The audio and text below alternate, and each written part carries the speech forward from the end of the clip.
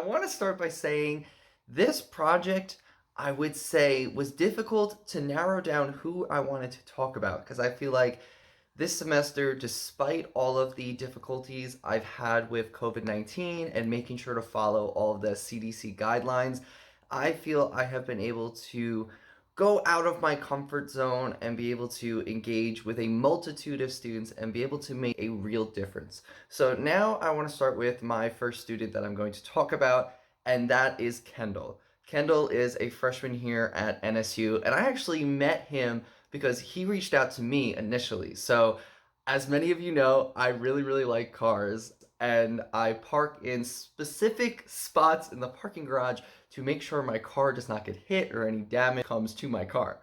And I actually met him in the parking garage, and then I got it and I started talking with him, and he was like, "Yeah, yeah, I really want to make a car club." And I remember back my freshman year, I really wanted to make a car club, kind of back and forth trying to figure out what we wanted to do. And sadly, it never really came to fruition. But Kendall was really, really dedicated. So I helped him. I helped him talk with some people. I helped him talk with some seniors that I know who were interested in starting this club. And now Kendall is actually the vice president of the official NSU Auto Club. But it's been great getting to know him. We've gone to multiple car shows that were hosted by the NSU Car Club. I actually helped him replace his rear brakes on his car and replace the wheel hub. I did that in the parking garage with him. And we've just gotten to hang out. I brought him to the airport right before he had to go home for this holiday week. So now I want to migrate to my next student. My next student that I've gotten to work with is Jillian. She has been a doll. I actually met her in passing. She lives in the Leo Goodwin Residence Hall. And we were walking, and I was just making conversation. And when I was talking to her, I really just wanted to kind of dive into how her year was going. Because this was the beginning of the semester, and I kind of went off of the feel felt kind of aspect. I really was like, hey, I reached out just to make sure everything was okay, just to try to build that level of trust. And then we started talking about religion. And I was like, hey, if you're interested, I'm a part of a club called Ablaze.